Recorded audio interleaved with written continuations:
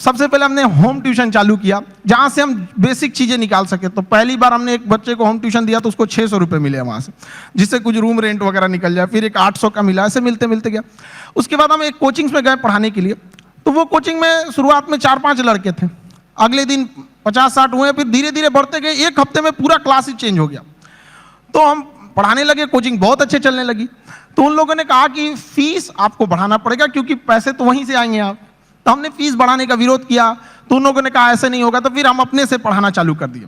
तो हमारी कोचिंग में क्या हुआ कि बम चल गया, बम, एक्चुअल बम वहां पे धड़ाधड़ गिरने लगा। हम लोग को दिमाग काम नहीं किया वहां पे, और क्या किए, सारी चीजें तहस नहस हो गई। अब हमको लगा कि अब घर जाना पड़ेगा, और घर जाने के लिए पैसे 90 रुपये चाहिए होते हैं, हमारे पास वही 40-50 रुपये थे। तो हम कहें कि अब घर भी नहीं लौट सकते, यहीं रुकते हैं, शायद कोई रोक रहा है हमें।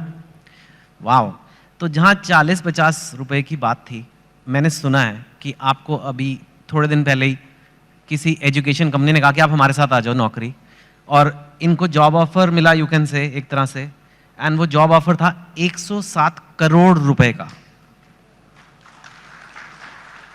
तो यू नो व्हेन, एक वो दिन भी आपने देखे हैं जो 40-50 रुपए नहीं है, घर जाने के दुकान बंद करके, और 100, लेकिन स्वैग देखो, आप मना कर दिया।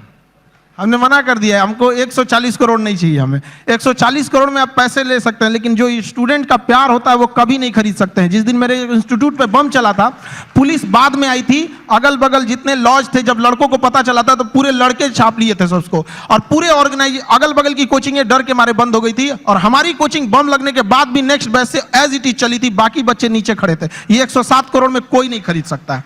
और हम जिस जगह से आए हैं, बिहार से, यहाँ का अलग ही एक स्वैग है, वो तो मुझे पता है। हाँ। हम लोग उसका अलग स्वैग है। हमारे यहाँ किसी का दिल टूटता है तो वो मजनू नहीं बल्कि माझी बन के पहाड़ तोड़ देता है। अरे वाह।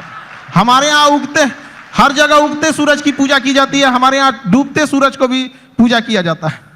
हमारे यहाँ युद्ध से पहले बुद्ध पढ़ा दिया जाता है। तो हम उस जगह से आए हैं जहाँ पे अगर किसी को ऐसा लगेगा कि उसको दबा के उसको रास्ते से हटाया जा सकता है, तो नहीं हो सकता वो। अरे वाह। लेकिन अभी ये ऐसा फील्ड बन गया है, कोचिंग, एजुकेशन वगैरह, जहां लोग बहुत, आपकी बात अलग है, लेकिन लोग बहुत पैसे बना रहे हैं। लाइक ऐसे खबरों में तो आ रहा है बहुत करोड़ों में। हमने यूपीएससी जो चालू किया, पैसा आपको मोटिवेट नहीं करता? नहीं, पैसे हमारा एक अलग सपना है। अब किसी को बोलते हैं तो उसको अजीब सा लगता है। जैसे कोई घर है, अगर वो सड़क से ज्यादा नीचे धंस गया तो टेक्नोलॉजी आ गई है, जैक लगा के उसे उठा देते थे। तो हमें ऐसा लगता है ना कि हमारे इंडिया में भी ना एजुकेशन सिस्टम इतना महंगा हो गया है कि जिन लोगों के पास पैसे नहीं थे वो अपने आप को दबा हुआ महसूस करते हैं। तो हमने इंडिया के सबसे बेस्ट टीचरों के साथ अपने साथ जोड़े, और उन लोगों को भी धन्यवाद देते हैं जो जुड़े। और जो फीस यूपीएससी स्पेशली कहते हैं, जो सबसे इंडिया में टॉप एलीट जॉब वही है, उसकी जो फीस 2.5 लाख थी, सेम टीचर के साथ सेम पढ़ाई को हमने 7,500 रुपए में दे दिया। 2.5 लाख से 7,500 में।